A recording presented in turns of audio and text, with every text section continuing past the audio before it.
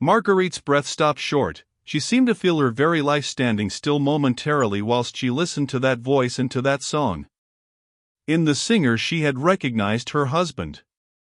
Chauvelin, too, had heard it, for he darted a quick glance towards the door, then hurriedly took up his broad-brimmed hat and clapped it over his head.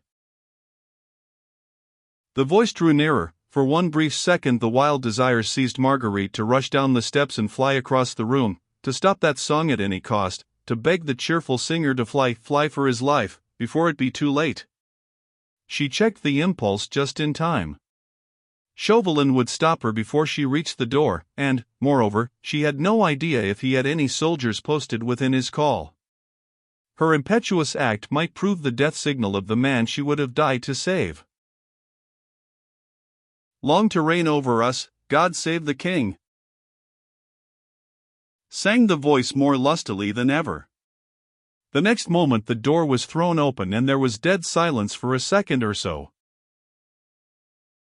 Marguerite could not see the door. She held her breath, trying to imagine what was happening.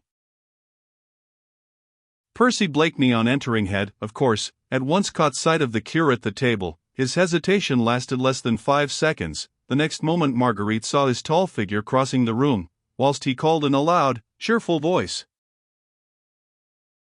"Hello, there! No one about? Where's that fool Brogard?"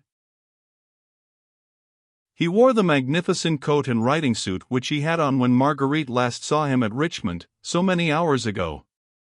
As usual, his get-up was absolutely irreproachable. The fine Mechlin lace at his neck and wrists was immaculate in its gossamer daintiness, his hands looked slender and white, his fair hair was carefully brushed, and he carried his eyeglass with his usual affected gesture. In fact, at this moment, Sir Percy Blakeney, Bart., might have been on his way to a garden party at the Prince of Wales, instead of deliberately, cold-bloodedly running his head in a trap, set for him by his deadliest enemy. He stood for a moment in the middle of the room, whilst Marguerite, absolutely paralyzed with horror, seemed unable even to breathe. Every moment she expected that Chauvelin would give a signal, that the place would fill with soldiers, that she would rush down and help Percy to sell his life dearly. As he stood there, suavely unconscious, she very nearly screamed out to him. "Fly, Percy, 'tis your deadly enemy, fly before it be too late." But she had not time even to do that, for the next moment Blakeney quietly walked to the table, and, jovially clapping the cure on the back, said in his own drawly, affected way, "Odds fish, Chauvelin. I vow I never thought of meeting you here." Chauvelin, who had been in the very act of conveying soup to his mouth, fairly choked. His thin face became absolutely purple, and a violent fit of coughing saved this cunning representative of France from betraying the most boundless surprise he had ever experienced. There was no doubt that this bold move on the part of the enemy had been wholly unexpected, as far as he was concerned, and the daring impudence of it completely nonplussed him for the moment. Obviously he had not taken the precaution of having the inn surrounded with soldiers. Blakeney had evidently guessed that much, and no doubt his resourceful brain had already formed some plan by which he could turn this unexpected interview to account. Marguerite up in the loft had not moved. She had made a solemn promise to Sir Andrew not to speak to her husband before strangers, and she had sufficient self-control not to throw herself unreasoningly and impulsively across his plans. To sit still and watch these two men together was a terrible trial of fortitude. Marguerite had heard Chauvelin give the orders for the patrolling of all the roads. She knew that if Percy now left the Chatgris, in whichever direction he happened to go, he could not go far without being sighted by some of Captain Jutley's men on patrol. On the other hand, if he stayed, then Desgas would have time to come back with the half-dozen men Chauvelin had specially ordered. The trap was closing in, and Marguerite could do nothing but watch and wonder. The two men looked such a strange contrast, and of the two it was Chauvelin who exhibited a slight touch of fear. Marguerite knew him well enough to guess what was passing in his mind. He had no fear for his own person, although he certainly was alone in a lonely inn with a man who was powerfully built, and who was daring and reckless beyond the bounds of probability. She knew that Chauvelin would willingly have braved perilous encounters for the sake of the cause he had at heart, but what he did fear was that this impudent Englishman would, by knocking him down, double his own chances of escape. His underlings might not succeed so well in capturing the Scarlet Pimpernel, when not directed by the cunning hand and the shrewd brain, which had deadly hate for an incentive. Evidently, however, the representative of the French government had nothing to fear for the moment, at the hands of his powerful adversary. Blakeney, with his most inane laugh and pleasant good nature, was solemnly patting him on the back. "I am so damned sorry," he was saying cheerfully, "so very sorry. I seem to have upset you, eating soup, too nasty, awkward thing, souper. Begad, a friend of mine died once, choked, just like you, with a spoonful of soup." And he smiled shyly, good-humoredly, down at Chauvelin. "Odds life," he continued, as soon as the latter had somewhat recovered himself, "beastly hole this, ain't it now? La! You don't mind," he added, apologetically, as he sat down on a chair close to the table and drew the soup tureen towards him. "That fool Brogard seems to be asleep or something." There was a second plate on the table, and he calmly helped himself to soup, then poured himself out a glass of wine. For a moment Marguerite wondered what Chauvelin would do. His disguise was so good that perhaps he meant, on recovering himself, to deny his identity, but Chauvelin was too astute to make such an obviously false and childish move, and already he too had stretched out his hand and said pleasantly, "I am indeed charmed to see you, Sir Percy. You must excuse me, I thought you the other side of the channel. Sudden surprise almost took my breath away." "La," said Sir Percy, with a good-humored grin, "it did that quite, didn't it, Chauberton?" "Pardon me, Chauvelin." "I beg pardon 1,000 times. Yes, Chauvelin, of course. I never could cotton to foreign names." He was calmly eating his soup, laughing with pleasant good humor, as if he had come all the way to Calais for the express purpose of enjoying supper at this filthy inn, in the company of his archenemy. For the moment Marguerite wondered why Percy did not knock the little Frenchman down then and there, and no doubt something of the sort must have darted through his mind, for every now and then his lazy eyes seemed to flash ominously, as they rested on the slight figure of Chauvelin, who had now quite recovered himself and was also calmly eating his soup. But the keen brain, which had planned and carried through so many daring plots, was too far-seeing to take unnecessary risks. This place, after all, might be infested with spies, the innkeeper might be in Chauvelin's pay. One call on Chauvelin's part might bring 20 men about Blakeney's ears for aught he knew, and he might be caught and trapped before he could help or, at least, warn the fugitives. This he would not risk. He meant to help the others, to get them safely away, for he had pledged his word to them, and his word he would keep. And whilst he ate and chatted, he thought and planned, whilst, up in the loft, the poor, anxious woman racked her brain as to what she should do, and endured agonies of longing to rush down to him, yet not daring to move for fear of upsetting his plans. "I didn't know," Blakeney was saying jovially, "that you were in holy orders."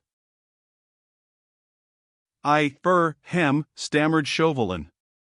The calm impudence of his antagonist had evidently thrown him off his usual balance. "But, la! I should have known you anywhere," continued Sir Percy, placidly, as he poured himself out another glass of wine, "although the wig and hat have changed you a bit." "Do you think so?" "Lud! They alter a man so, but begad. I hope you don't mind my having made the remark? Demmed bad form making remarks. I hope you don't mind?" No, not at all, "I hope Lady Blakeney is well," said Chauvelin, hurriedly changing the topic of conversation. Blakeney, with much deliberation, finished his plate of soup, drank his glass of wine, and, momentarily, it seemed to Marguerite as if he glanced quickly all round the room. "Quite well, thank you," he said at last, drily. There was a pause, during which Marguerite could watch these two antagonists who, evidently in their minds, were measuring themselves against one another. She could see Percy almost full face where he sat at the table not 10 yards from where she herself was crouching, puzzled, not knowing what to do, or what she should think. She had quite controlled her impulse by now of rushing down and disclosing herself to her husband. A man capable of acting a part, in the way he was doing at the present moment, did not need a woman's word to warn him to be cautious. Marguerite indulged in the luxury, dear to every tender woman's heart, of looking at the man she loved. She looked through the tattered curtain, across at the handsome face of her husband, in whose lazy blue eyes, and behind whose inane smile, she could now so plainly see the strength, energy, and resourcefulness which had caused the Scarlet Pimpernel to be reverenced and trusted by his followers. "There are 19 of us ready to lay down our lives for your husband, Lady Blakeney," Sir Andrew had said to her, and as she looked at the forehead, low, but square and broad, the eyes, blue, yet deep-set and intense, the whole aspect of the man, of indomitable energy, hiding, behind a perfectly acted comedy, his almost superhuman strength of will and marvelous ingenuity, she understood the fascination which he exercised over his followers, for had he not also cast his spells over her heart? And her imagination? Chauvelin, who was trying to conceal his impatience beneath his usual urbane manner, took a quick look at his watch. Desgas should not be long, another 2 or 3 minutes, and this impudent Englishman would be secure in the keeping of half a dozen of Captain Jutley's most trusted men. "You are on your way to Paris, Sir Percy?" he asked carelessly. "Odds life, no," replied Blakeney, with a laugh. "Only as far as Lille, not Paris for me, beastly uncomfortable place Paris, just now, at Monsieur Chaubertin, beg pardon." "Chauvelin."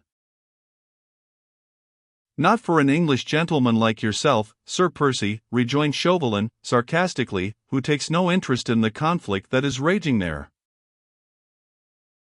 "La!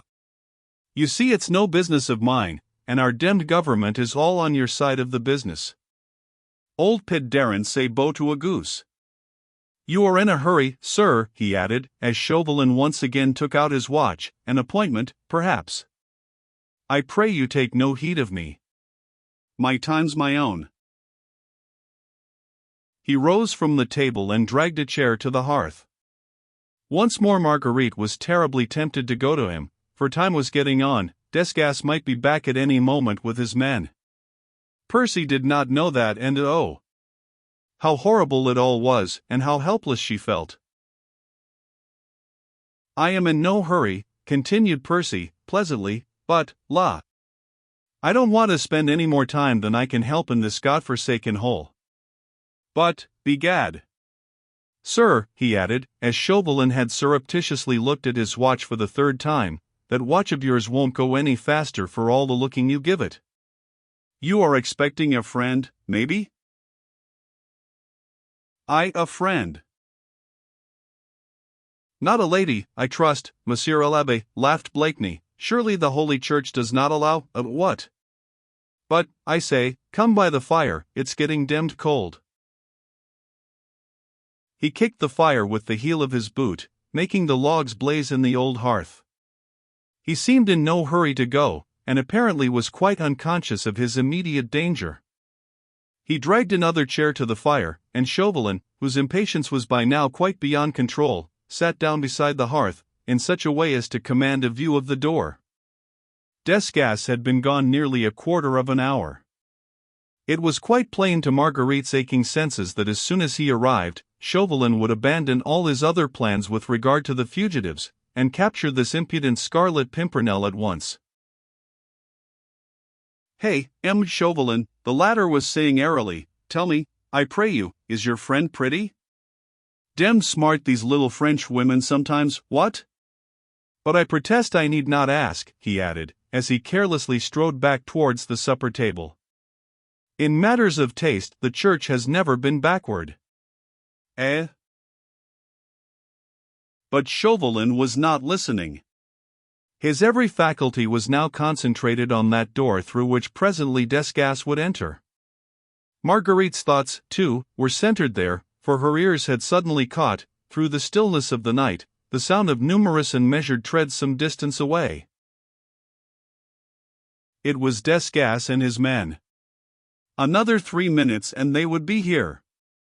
Another 3 minutes and the awful thing would have occurred. The brave eagle would have fallen in the ferret's trap.